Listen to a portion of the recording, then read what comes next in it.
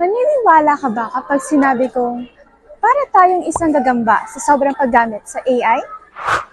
Gaya ng teknolohiya, ang gagamba ay patuloy na nag-e-evolve at lumilikha ng mga bagong paraan upang mapabuti ang ating pamumuhay.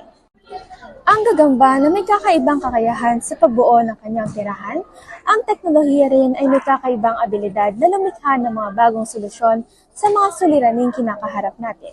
At sa panahon ngayon, gamit na gamit ang artificial intelligence o AI lalo na sa mga Gen Z. Ayon naman sa mga mag-aaral, gumagamit sila ng AI ngunit may limitasyon sa paggamit Gamit nito. ako na to since online class. Effect niya kasi is nagagawa ko yung activity mas mabilis. Ginagamit ako pa rin siya ng limitation. Hindi use it kapag nagmamadali ako gawin yung schoolworks ko.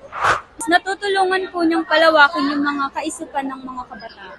Magamit din po, pero may limits. Mas napapadali niya po yung paghahanap ng information and hindi na po nagsasayang ng oras when it comes to finding something na gusto mo pong malaman. Ngayon, para sagutin ang tanong, tulad ni Spider-Man na kinagat ng isang gagamba, nagbigay ito ng kakaibang abilidad sa kanya. Siya ay naging malakas at ginamit ito upang tumulong sa nakararami. Kaya naman, gamitin natin bilang modelo si Spider-Man. Gamitin natin ito sa mabuti at maayos na paraan. Tunay na nakakabahala ang AI sa panahon natin ngayon.